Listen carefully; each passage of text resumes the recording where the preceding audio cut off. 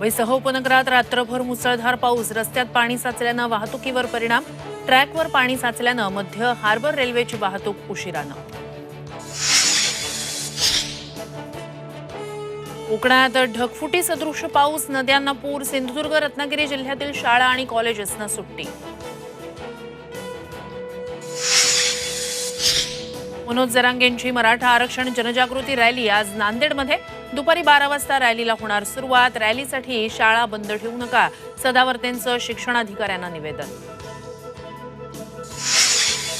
Maratha OBC आरक्षणासंदर्भात आज संध्याकाळी 6 वाजता सह्याद्रीवर सर्वपक्षीय बैठक. बैठकीला कोणकोणते नेते उपस्थित राहणार याकडे लक्ष. खासदार निलेश लंकेंचं उपोषण स्थगित, पालकमंत्री विखे पाटलांच्या शिष्टाईला यश.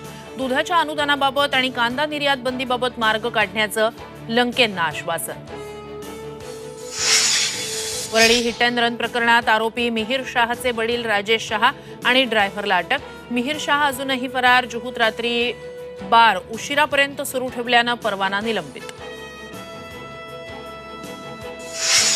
कुबांच्या पालखीचं बेलवाडी इथे पहिलं गोल रिंगण पार पडणार. आज अंथुर्णे इथे पालखीचा मुक्काम, तर माऊलींची पालखी लोणंदकरांचा निरोप घेऊन पुढे मार्गस्थ.